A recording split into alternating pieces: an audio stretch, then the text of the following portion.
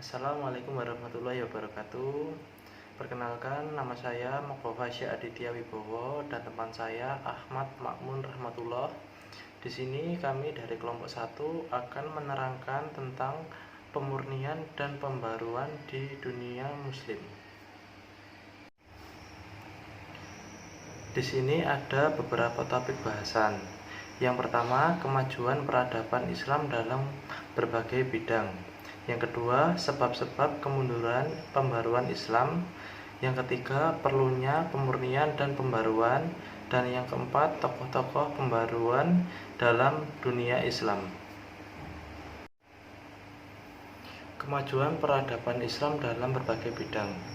Peradaban Islam adalah bagian-bagian dari kebudayaan Islam yang meliputi berbagai aspek seperti moral, kesenian, dan ilmu pengetahuan, serta meliputi juga kebudayaan yang memiliki sistem teknologi, seni bangunan, seni rupa, sistem kenegaraan, dan ilmu pengetahuan yang luas. Dalam memahami peradaban Islam amat penting untuk mengingat tidak hanya keragamaan seni dan ilmu pengetahuan, tetapi juga keragamaan interpretasi teologis dan filosofis pada doktrin-doktrin Islam, bahkan pada bidang hukum Islam. Meskipun kesan adanya keseragamaan sering mendominasi hal yang berkaitan dengan Islam, sisi keragamaan di bidang interpretasi agama itu sendiri selalu ada, sebagaimana juga terdapat aspek beragam pada pemikiran dan kultur Islam. Adapun penyebab Islam dan torehan peradabannya ke penjuru dunia takkan lepas dari metode dan sistem penyebarannya, mulai dari perdagangan, korespondensi seperti yang dilakukan Rasulullah dengan mengirim surat kepada Raja Mesir, Persia, dan lain-lain. Diplomasi politik sampai pada peperangan tersebut, perebutan kekuasaan dan pendudukan wilayah. Periode penyebaran Islam dan peradabannya dimulai sejak masa Rasulullah SAW pada abad ke-6 Masehi hingga saat ini. Terdapat masa-masa kejayaan peradaban Islam yang dibagi menjadi 3 periode, antara lain adalah periode klasik. Masa ini merupakan masa ekspansi, integrasi, dan keemasan Islam. Sebelum wafatnya Nabi Muhammad SAW, seluruh semenanjung Arabia telah tunduk ke bawah kekuasaan Islam, yang kemudian dilanjutkan dengan ekspansi keluar Arabia pada Khalifah pertama Abu Bakar As-Siddiq, hingga berlanjut pada kekhalifahan berikutnya. Pencapaian kemenangan Islam pada masa ini adalah dapat dikuasai Irak pada tahun 634 Masehi yang kemudian meluas hingga Suriah.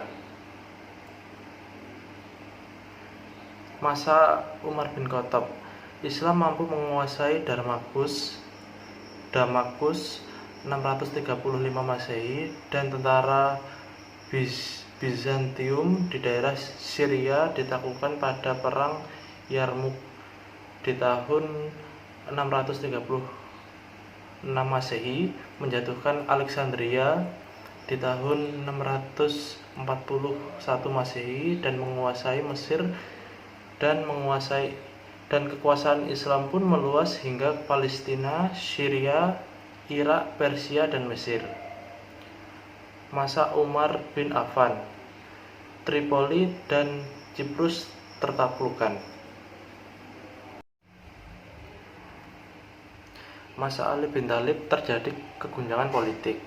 Masa Bani Umayyah, kekuasaan Islam telah menguasai Spanyol, Afrika Utara, Syria, Palestina, semenanjung Arabia, Irak, sebagian dari Asia Kecil seperti Persia, Afghanistan, Pakistan, Turkmenia, Uzbek, dan Kirgiz di Asia Tengah.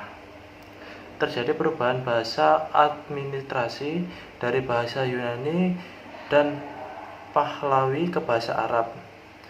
Bermunculan sastrawan-sastrawan Islam pada abad ke-7 Masehi dengan berbagai karya besar seperti novel Laila Majnun oleh Qais al-Muwallawah.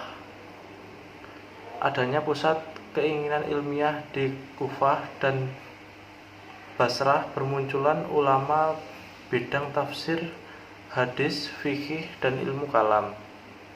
Mencetak alat tukar uang berupa dinar dan dirham.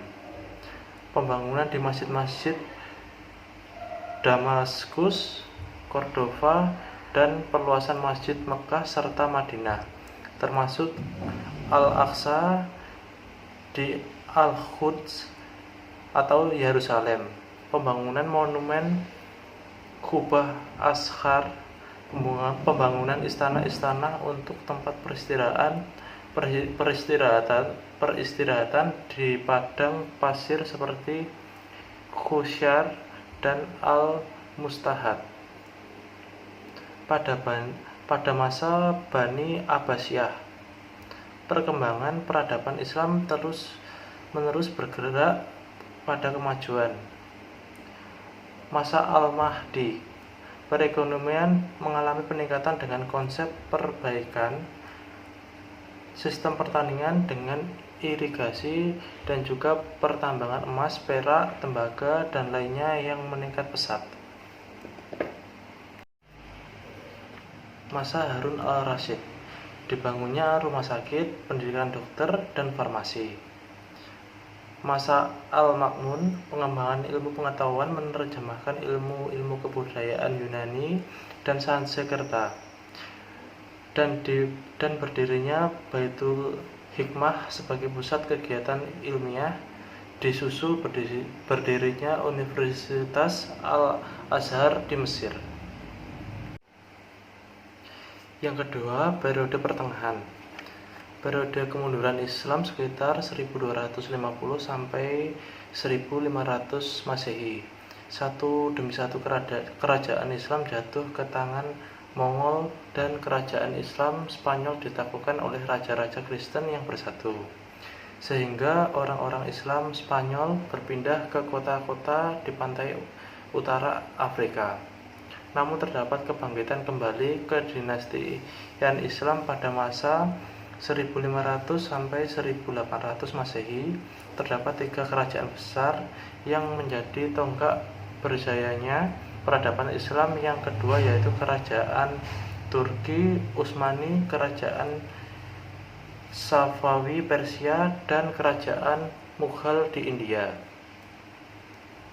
Yang ketiga, periode modern. Periode ini dikatakan sebagai periode kebangkitan Islam dengan berakhirnya ekspedisi Napoleon di Mesir setelah membuka mata umat Islam akan kemunduran dan kelemahannya di samping kemajuan dan kekuasaan Barat. Raja dan pemuka-pemuka Islam mulai berpikir mencari jalan keluar untuk mengembalikan keseimbangan kekuatan yang telah pincang dan membahayakan umat Islam. Sebab-sebab kemunduran pembaruan Islam. Yang pertama, di sini ada penurunan kreativitas keilmuan umat Islam. Pemikiran rasional dipengaruhi oleh persepsi tentang bagaimana tingginya kedudukan akal seperti yang terdapat dalam Al-Quran dan hadis. Persepsi ini bertemu dengan persepsi yang sama dari Yunani melalui filsafat dan sains Yunani yang berada di kota-kota pusat peradaban Yunani di dunia Islam zaman klasik. Di sana memang telah berkembang pemikiran rasional Yunani. Oleh karena itu, kalau di Yunani berkembang pemikiran rasional yang sekular, maka dalam Islam zaman klasik berkembang pemikiran rasional yang agamis. Yang kedua, kesatuan integral antar agama dan negara dalam Islam.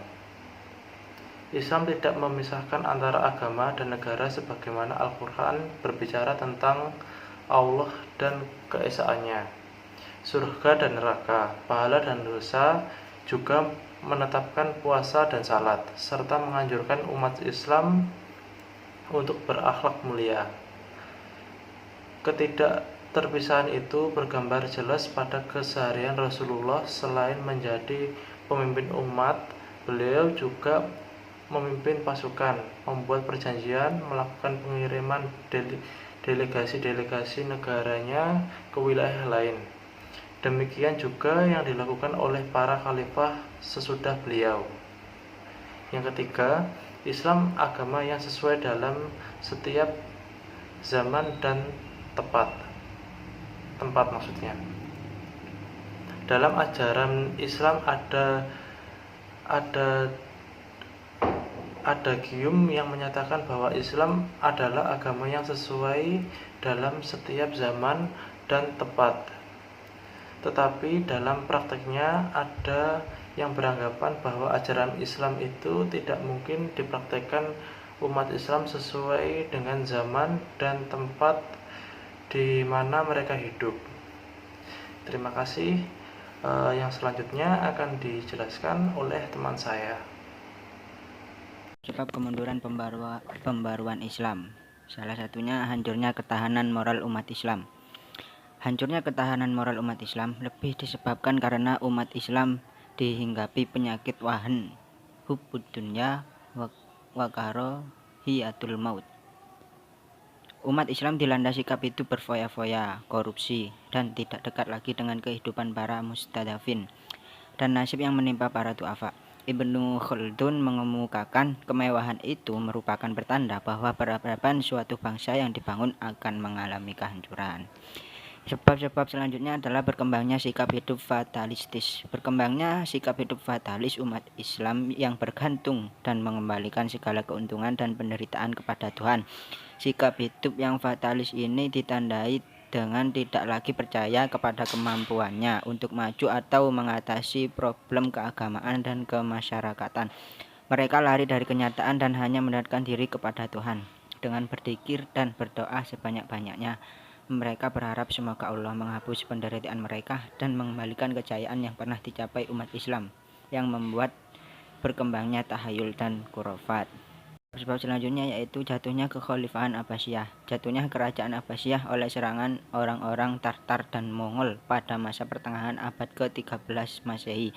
Ketika kota Baghdad sebagai pusat ilmu dan kebudayaan hancur, sekitar 800.000 penduduk Baghdad dibunuh, perpustakaan dihancurkan, ribuan rumah penduduk diratakan. Dalam peristiwa tersebut, umat Islam kehilangan lembaga-lembaga pendidikan dan buku-buku ilmu pengetahuan yang sangat berharga nilainya. Sebab-sebab selanjutnya, sikap hidup umat Islam yang kurang toleran. Sikap-sikap tidak toleran dan fanatik kepada mazhab atau golongan sendirilah yang menyebabkan umat Islam mundur. Tidak saja karena sikap-sikap itu menyedot energi masyarakat, tapi juga memalingkan perhatian orang dari hal-hal yang lebih mendasar dan menentukan perkembangan dan kemajuan peradaban.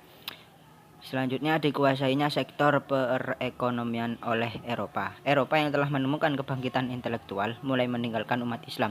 Bangkitnya rasionalisme dan intelektual telah menuntun orang-orang Eropa menemukan sumber-sumber kekayaan di luar Eropa seperti Amerika, Australia, dan Timur Jauh. Penemuan Tanjung Harapan pada abad ke-15 Masehi oleh pelaut-pelaut Eropa Barat sangat memukul perekonomian Islam. Ekonomi yang meningkat dan pemikiran nasional yang berkembang baik membawa Eropa ke zaman modern yang dinai dengan kemajuan dalam pemikiran dan sains serta teknologi. Kekayaan yang melimpah membuat Eropa semakin kuat baik dalam politik, ekonomi, bahkan dalam bidang ilmu pengetahuan dan teknologi. Akibatnya timbul tekanan Barat terhadap umat Islam yang semakin hari umat Islam dibuat lemah oleh Barat. Yang selanjutnya sunnatullah. Kemunduran dunia Islam dapat dilihat sebagai wujud operasi sunnatullah. Salah satu unsur penting hukum itu ialah adanya prinsip perputaran muadalah, yaitu prinsip bahwa nasib umat manusia kadang tinggi, kadang rendah, terjadi secara berputar dan bergilir antara mereka, sehingga suatu bangsa atau umat ada kalanya berada di atas dan juga ada kalanya berada di bawah, sebagaimana yang dikemukakan oleh Allah Subhanahu wa taala dalam Al-Qur'an surat Al-Imran juz 3 ayat 140 sampai 141.